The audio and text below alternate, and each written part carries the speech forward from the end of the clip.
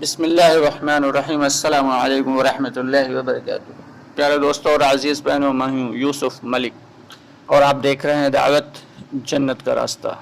دوستو، دین کے لیے، اسلام کے لیے اور دعوت کے لیے جیسے ہمارے بھائیوں نے قربانی دی ہے، ایسے ہی ہماری بہنوں نے بھی بڑی قربانی دی ہے اور ابھی بھی ان کی مجاہدے کی ضرورت ہے کہ کوئی بھی ولی اللہ جب پیدا ہوتا ہے تو اس کے پیچھے کسی نہ کسی عورت کا، کسی نہ کسی مستورات کا ہاتھ ہوتا ہے۔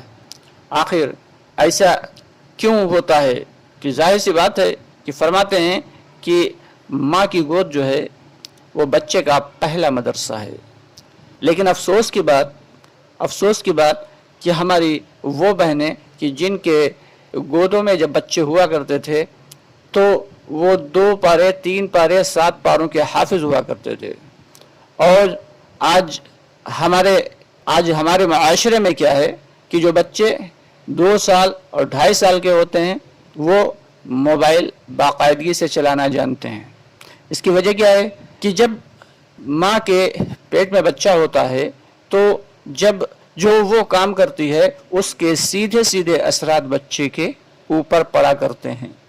چنانچہ ہماری صحابیات رضی اللہ تعالی عنہم اجمعین اور جو بزرگان دین ہیں، اولیاء اللہ ہیں، ان کی جو والدہ تھیں وہ اتنی نیک اور اتنی عبادت گزار ہوا کرتی تھیں کہ وہ چلتے پھرتے قرآن کی تلاوت کیا کرتی تھیں، جس کی وجہ سے ان کے بچے جب پیدا ہوتے تھے تو وہ خود بخود کئی پاروں کے حافظ ہوا کرتے تھے، اور ان کے اعمال اور ان کے اخلاق بہترین ہوا کرتے تھے اور ان کے ایمان بھی بہترین ہوا کرتے تھے۔ لیکن آج ہماری بہنیں جو ہیں وہ ان دینی اعمال سے اور دعوت کے اعمال سے دوری ہونے کی وجہ سے دنیا کی وہ فضولیات چیزوں میں اپنے وقت کو ضائع کرتی ہیں کہ جن کا نہ تو دنیا میں کوئی فائدہ ہے اور نہ ہی آخرت میں اس کا کوئی اجر ملنے والا ہے۔ یہ جو نہ جانے کتنی ہماری بہنیں سیریلز اور ڈرامے وغیرہ موبائل پر دیکھا کرتی ہیں، آخر اس سے کیا فائدہ ہے؟ اس سے نہ تو دین کا کوئی فائدہ ہے اور نہ ہی دنیا کا کوئی فائدہ ہے۔ تو وقت آ گیا ہے کہ اب ہمیں اپنے اعمال کو سدھار لینا چاہیے۔ ہماری بہنوں کو بھی اور ہمارے بھائیوں کو بھی اپنے اعمال کو سدھارنے کی ضرورت آ گئی کہ وہ وقت بہت قریب ہے کہ جب آزمائشوں کے ڈھیر لگ جائیں گے۔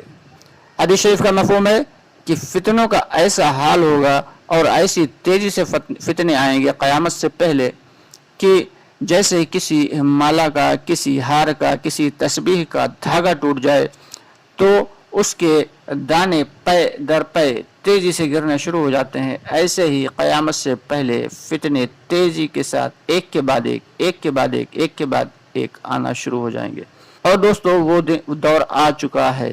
آپ اگر حالات اور واقعات کا تجزیہ کریں تو پتہ چل جائے گا کہ وہ دور آ چکا ہے کہ ہر روز ایک نیا فتنہ منہ اٹھائے کھڑا ہوتا ہے۔ اگر ابھی بھی ہم نہیں جاگے اور اگر ابھی بھی ہم نے ہوش کے ناخن نہیں لیے تو دوستو بہت دیر ہو چکی ہوگی۔ تو اس لیے ہم سب کی ذمہ داری یہ ہے کہ اپنے آپ کو بھی دین کی اور دعوت کے اعمال سے جوڑیں اور اپنے گھر کی بہنوں کو بھی، اپنے گھر کی مستورات کو بھی دعوت اور دین کے اعمال سے جوڑیں۔ ساتھ ہی ساتھ بچوں کی پرورش کا بہترین نظم کریں، انہیں دینی تعلیم زیادہ سے زیادہ دیں، دنیاوی تعلیم بھی دیں لیکن دینی تعلیم زیادہ سے زیادہ دیں تاکہ ان کا ایمان خطرے میں نہ پڑے۔ آنے والا دور ہے وہ نہایت خطرناک ایمان کے لیے اور نہایت فتنہ پرور ہونے والا ہے۔ تو اس لیے دوستو ہم سب کی یہ ذمہ داری ہے کہ اپنے گھر کی مستورات اور اپنے گھر کے بچوں کی تربیت کا خاص دھیان رکھیں اور گھر کی تعلیم کو خصوصاً زندہ کریں اور بچوں کو دین کی باتوں سے روشناس کرائیں، اور قرآن پاک کی جو مذاکرے ہیں ان میں قرآن کو بہترین انداز میں پڑھنے کی کوشش کریں، اور بچوں کے بھی قرآن کو اور ہماری بہنوں کے بھی قرآن کو صحیح کروائیں، اور ساتھ ہی ساتھ دعوت کے اعمال زندہ کریں، کیونکہ دعوت کے اعمال کی خاصیت یہ ہے کہ وہ دعوت جو ہے وہ اعمال پہ کھڑا کرتی ہے. دعوت جو ہے جتنی ہمارے اندر ہوگی ہمارے اعمال اتنے ہی زیادہ پختہ ہوں گے. تو دوستو یہ فتنوں کا دور شروع ہو گیا ہے. اب آنے والا وقت ہر روز ایک نئی کہانی لے کر آئے گا. تو اس لیے بہتر یہ ہے کہ وہ وقت آخرت کا وقت آنے سے پہلے، ہمارا آخری وقت آنے سے پہلے ہی ہم اپنے آپ کو سنوار لیں. اور اس کے لیے سب سے پہلے جو ذمہ داری وہ ہماری بہنوں کی عائد ہوتی ہے کہ اگر ہماری بہنیں دعوت کی محنت سے جڑ جائیں گی اور دین کے اعمال کو مضبوطی سے پکڑ لیں گی تو آنے والی نسلوں میں دین زندہ رہے گا. آنے والی نسلوں میں دین زندہ رہے گا. تو اس لیے آپ سے گزارش ہے کہ ہمارے اس پیغام کو زیادہ سے زیادہ آگے شیئر کریں اور دوسروں تک بھی پہنچائیں. اللہ تعالی ہم سب کو نیک اعمال کی توفیق عطا فرمائے. اس کے ساتھ اجازت چاہیں گے. السلام علیکم ورحمۃ اللہ وبرکاتہ.